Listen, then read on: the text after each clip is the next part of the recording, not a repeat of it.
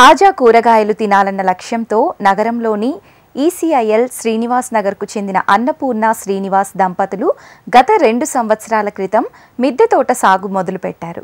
చిన్న కుండీల్లో కాకుండా ఒకేసారి విశాలమైన మిద్దెపై పెద్ద ఎత్తున ఫైబర్ డబ్బాలతో మిద్దె తోట నిర్మాణం చేసుకున్నారు. 2 అంతస్తుల భవంతి పైన ఉన్న ఈ మిద్దె పైకి వెళితే నేలపై ఉన్న అనుభూతి వస్తుంది. అలాంటి ఈ అందమైన మిద్దె తోట ప్రత్యేకత ఏంటో ఓసారి చూద్దాం. మాది ఇది మిద్దె తోట అండి. ఈ మధ్యకాలంలో అందరూ పెరటి తోటలు పెట్టుకుంటున్నారు కదా, మేము కూడా ఎందుకు పెట్టుకోవద్దు, స్టార్ట్ చేసుకోవాలి, ఏ రోజు కూరగాయలు ఆ రోజు తెంపుకోవాలి అనే ఉద్దేశంతో పెట్టుకోవడం జరిగిందండి. మా దగ్గరండి ఆకుకూరలు ఉన్నాయి, చాలా ఆకుకూరలు ఉన్నాయి. తోటకూర, చుక్కకూర, పాలకూర, బచ్చలి కూర, 5-6 రకాల ఆకుకూరలు ఉన్నాయండి. ఇంకా పళ్ళు, దానిమ్మ, జామ, మల్బరీ, సపోటా, మామిడి, బొప్పాయి పళ్ళు ఉన్నాయి. తర్వాత కూరగాయలు ఉన్నాయండి, టొమాటో, వంకాయ, బెండకాయ. తీగ జాతి మొక్కల్లో బచ్చలి ఉంది, మేమైతే ఎక్కువ బచ్చలి వాడతామండి, అందుకే ఎక్కువ తీగ బచ్చలి వేసుకున్నాము. బీరకాయ, పొట్లకాయ, గుమ్మడికాయ, దొండకాయ వేసాము, బాగా వచ్చింది దొండకాయ. కాకరకాయ, చిక్కుడుకాయల్లో ఒక 2-3 వెరైటీలు ఆఫ్ చిక్కుడుకాయలు కూడా ఉన్నాయండి మా దగ్గర. దేవుడికి రోజు కావాల్సిన పూలన్నీ మేము తెంపుకుంటామండి. మందారాలు చాలా వెరైటీస్ ఉన్నాయి, గులాబీలు, మందారాలు, బెల్ ఫ్లవర్స్ చాలా ఉన్నాయి. ఫ్రూట్స్లో డ్రాగన్ ఫ్రూట్ కూడా ఉందండి మా దగ్గర. ముందు మేము పెరటి తోట పెట్టుకోవాలనుకున్నప్పుడు వేరే విధంగా అయితే వాటర్ లీకేజ్ అయ్యి బిల్డింగ్ పాడవుతుంది కదా, అందుకని వాటర్ ప్రూఫింగ్ చేయించుకున్నామండి ముందు. తర్వాత పర్మనెంట్ సిమెంట్ నిర్మాణం చేయించుకోవాలనుకున్నాం. పర్మనెంట్ సిమెంట్ నిర్మాణం అయితే చాలా బరువు అయిపోయి బిల్డింగ్ ఇబ్బంది అయిపోతుంది. అందుకని ఏదైతే బరువు తక్కువగా ఉంటుందో అది ఉపయోగించాలనుకున్నాం. దానివల్ల నేను ఒకసారి పిట్టల శ్రీశైలం గారి వీడియో చూడడం జరిగింది. ఆ వీడియో చూసిన తర్వాత ఇన్స్పైర్ అయ్యి ఆయనకు కాల్ చేసి ఐడియా తీసుకున్నాను. సో ఆయన్ని రప్పించి మెజర్స్ తీసుకుని ఇలా ఫైబర్ టబ్స్ పెట్టడం జరిగింది. ఈ ఫైబర్ టబ్స్ వల్ల మనకి బిల్డింగ్ మీద అంత బరువు ఉండదండి. ఫిల్లింగ్ కూడా ఆయనే చేస్తారు. ఆయన మట్టి ఉపయోగించకుండా వరి పొట్టు, ఇసుక, బూడిద, ఇంకా ఎరువులు రకరకాలైనవి కలిపి బరువు లేకుండా ఇస్తారు, మనకి ఆర్గానిక్ది ఇస్తారు. దానివల్ల క్రాప్ కూడా చాలా బాగా వస్తుందండి, మన బిల్డింగ్కి కూడా బరువు ఉండదు. సో ఇలా ఒక ఆర్డర్లో పెట్టుకుంటూ వెళ్ళిపోయాం. కొన్నిటికన్నా మనకి ఎక్కువ టబ్స్ ఆర్డర్లో నీట్గా పెడితే మనకి నీట్గా క్లీన్ చేసుకోవడానికి కానీ ఇక్కడ పని చేయడానికి కానీ ఫ్రీగా ఉంటుందని ఇలా పెట్టడం జరిగింది. విభిన్న రకాల కూరగాయలను సాగు చేస్తూ ఎలాంటి రసాయనాలు లేకుండా తోటలో వచ్చే చీడ పీడలను చేత్తోనే తీసేస్తూ సేంద్రియంగా పంటలను సాగు చేసుకుంటున్నారు. శాశ్వత మడులకు బదులుగా టబ్బులతో టెర్రస్ గార్డెన్ ఏర్పాటు చేసుకుని తామే స్వయంగా విత్తనాలను అభివృద్ధి చేసుకుంటూ మిద్దె తోట నిర్వహణ చేసుకుంటున్నామని మిద్దె తోట నిర్వాహకులు అన్నపూర్ణ అంటున్నారు. టబ్బుల్లో పండ్ల మొక్కలను సాగు చేస్తూనే ఆ మొక్క చుట్టూ ఉండే ఖాళీ స్థలంలో ఆకుకూరలు, కూరగాయలను సాగు చేస్తున్నామంటున్నారు. పళ్ళ మొక్కల కోసం పెద్ద టబ్బులు తీసుకున్నామండి. దాంట్లో పళ్ళ మొక్కలు పైన ఉంటే కింద మనం కావాలంటే ఆకుకూర వేసుకోవచ్చు. ఆకుకూరల కోసం చాలా చిన్న టబ్బులు, వాటికైతే ఎక్కువ లోతు అవసరం లేదు కాబట్టి చిన్నవి తీసుకున్నాం. మిగిలినవి కూరగాయలు, పూల మొక్కలు వేయడానికి సరిపోతుంది. పళ్ళ మొక్కలకి లోతు కావాలి కాబట్టి పెద్ద టబ్బులు యూజ్ చేసాం. మొక్కలు ఎంచుకునేటప్పుడు అండి నేను కొన్ని విత్తనాలు ఉపయోగించాను. ఫస్ట్ విత్తనాల కన్నా ఇంకా నారు బాగా వస్తుందనేసి కీసరిలో రైతులకి నారు ఇచ్చేవి ఉన్నాయండి నర్సరీలు, అక్కడ నర్సరీలో నారు తెచ్చాను. కొన్ని మొక్కలు భువనగిరి అమ్మయ్య నర్సరీ నుంచి తీసుకొచ్చాను. అలా తీసుకొచ్చి పెట్టడం జరిగింది. ఎరువులు నేనైతే ఏ పురుగుల మందులు వాడలేదండి, ఒక్కటి కూడా వాడలేదు. ఇంట్లో వచ్చే కిచెన్ వేస్ట్, వర్మి కంపోస్ట్ తప్ప ఏవి వేసింది లేదు. క్రాప్ మాత్రం బాగా వచ్చింది. నారు కూడా బాగా వస్తుందండి క్రాప్, అది బాగా యూజ్ చేయొచ్చు. మనం విత్తనాలు వేసామనుకోండి మనకు కొంచెం త్వరగా మొక్క అనేది రాదు, వేసిన విత్తనాలన్నీ కూడా మొలకెత్తవు. దానికన్నా నారు చాలా బాగా ఉపయోగపడుతుందండి, త్వరగా కాపు వస్తుంది, మనకి నారులో పెట్టిన మొక్కలన్నీ బతుకుతాయండి. అందువల్ల ఎక్కువగా నేను నారు ఉపయోగించాను. కిచెన్ వేస్టేజ్ని తీసుకొచ్చి నేను రోజు బియ్యం కడిగిన నీళ్ళు, పప్పు నీళ్ళు, ఇంకా కిచెన్ వేస్ట్ అంతా తీసుకొచ్చేసి రోజు ఒక టబ్బులో మట్టి అంతా తవ్వేసి దాంట్లో పెట్టి పాతేస్తానండి. నీళ్లు పోస్తాను కదా, దాంట్లో కుళ్ళిపోయి అది దానికి సరిపోతుంది. మంత్లీ వన్స్ వర్మి కంపోస్ట్ వేస్తాము అన్ని టబ్బులకి. రోజు కిచెన్ వేస్ట్ ఒక్కొక్క టబ్బులో వేసుకుంటూ వెళ్తాము. రోజు ఒకసారి నీళ్ళు పడతామండి. ఎండాకాలంలో మాత్రం పొద్దున సాయంత్రం పట్టాల్సి ఉంటుంది. చీడపీడల కోసం మాత్రం మేము ఏది వాడలేదండి. మేము పురుగు ఏదైనా కనిపించినప్పుడు చేత్తో తీసి చంపేయడమే. మిద్దె గార్డెన్ అనేది చిన్నగానే ఉంటుంది కాబట్టి దానికి ప్రత్యేకంగా ఏం వాడాల్సిన అవసరం ఉండదు, మనమే చేత్తో తీసి చంపేయచ్చు.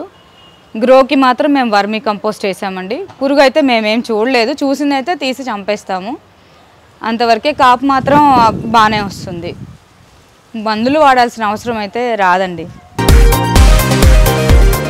ఇది స్వీట్ లైమ్ చెట్టు.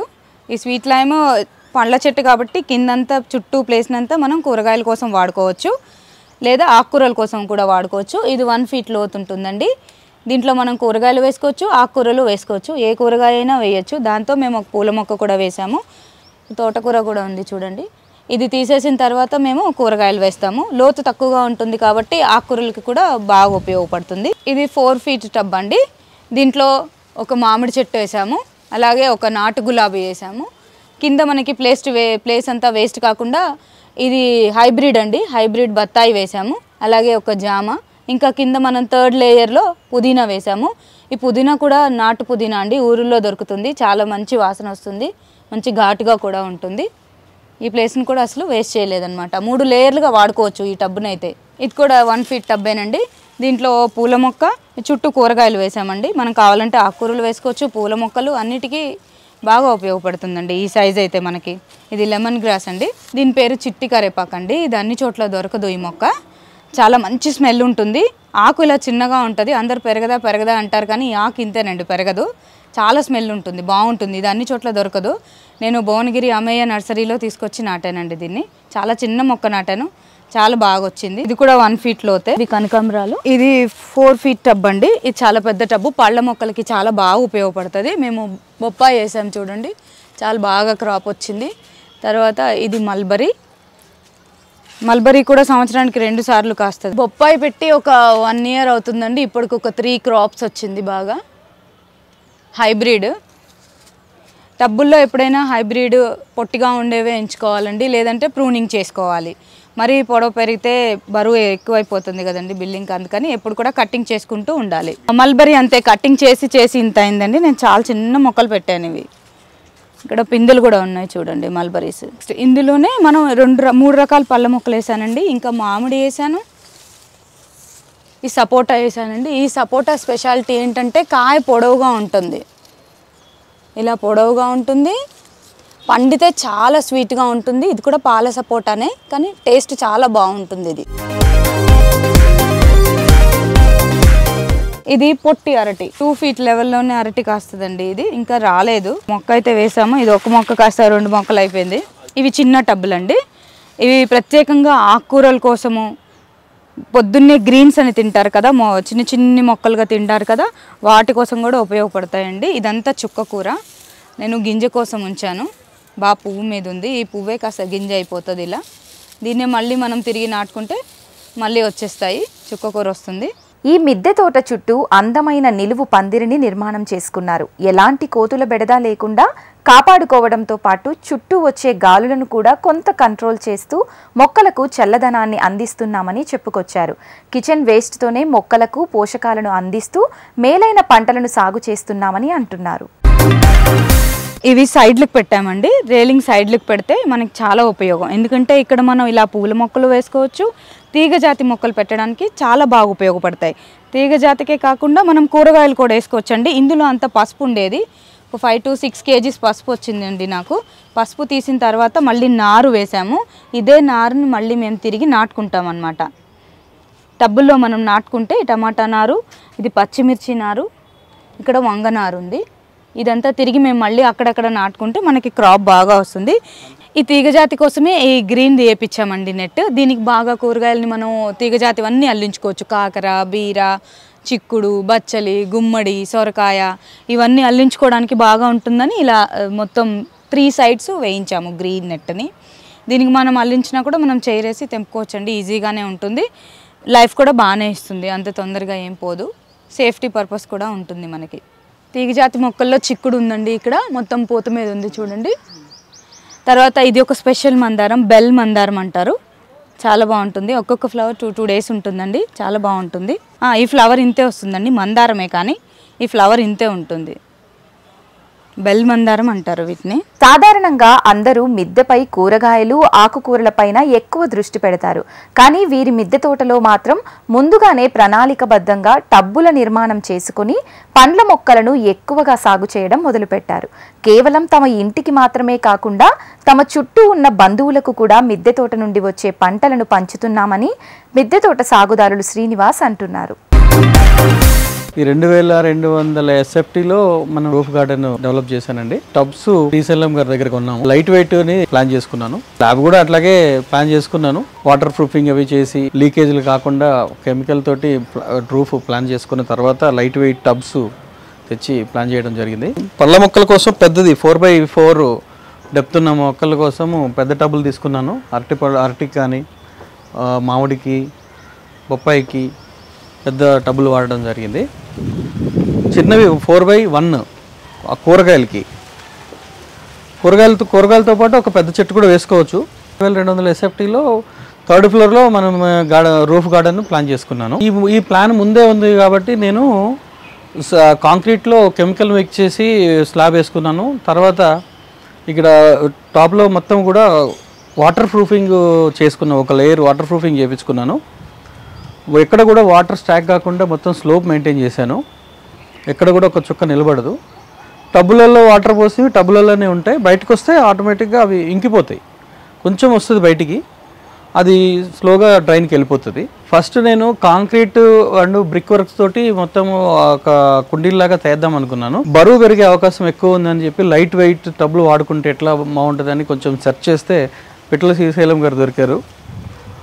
ఆయన వచ్చి మొత్తం మెజర్మెంట్ తీసుకొని ఎంత వెయిట్ అన్నీ కూడా క్యాలిక్యులేషన్ చేసి తీసుకోవడం జరిగింది. అన్ని టబ్బులు అన్నిటికీ కూడా కింద లెగ్స్ ఉంటాయి. నీళ్ళు వాటర్ ఫ్లోయింగ్ ఎప్పుడు కూడా కిందకి వెళ్ళిపోతూ ఉంటుంది, ఆగదు. ఎక్కడ కూడా వాటర్ ఆగదు, ఫ్లోయింగ్ వెళ్ళిపోతూ ఉంటుంది. డ్రైన్ వాటర్ కూడా ఆగదు, బయటికి వెళ్ళిపోతూ ఉంటాయి. ఇది 1/4 టబ్బు. దీంట్లో మనం ఒక చిన్న మోస్తరైన పళ్ళ మొక్కలు వేసుకోవచ్చు. తర్వాత దానికి చుట్టూ కూరగాయలు మనం వేసుకున్నాం. ఇక్కడ కూడా స్పేస్ వేస్ట్ కాకుండా అన్నీ వేసుకున్నాము. హెర్బ్స్ కూడా వేసుకున్నాము. ఇలాచి ఇది మధ్యలో ఒక కరివేపాకు కూడా వేసుకున్నాము. తర్వాత ఒక అరటి మొక్క కూడా వేసుకున్నాము. ఇది 4x4 depth deep tub sir ఇది. దీంట్లో ఒక మామిడి మొక్క పెట్టాము. దాంతోపాటు ఒక గులాబీ మొక్క పెట్టాము. స్పేస్ మేనేజ్మెంట్ కోసం కింద ఆకుకూరలు కూడా వేసినాము. మామిడి మొక్కకు వేర్లు ఎక్కువగా ఉంటాయి కాబట్టి మనకి 4x4 డెప్త్ ఉన్న టబ్బు తీసుకున్నాం. ఈ వాల్ సైడ్ ఉన్న టబ్లన్నీ కూడా 4x1 టబ్లు. మనకి క్రీపింగ్ అంటే తీగ జాతి మొక్కల కోసము వాడాము. పైన కొంచెం ఫెన్సింగ్ కట్టేసి తీగని కొంచెం పైకి అల్లించడానికి పెట్టినాము. తీగ జాతి వెజిటేబుల్ అన్నీ కూడా ఈ సైడ్లో వేసుకుంటాం.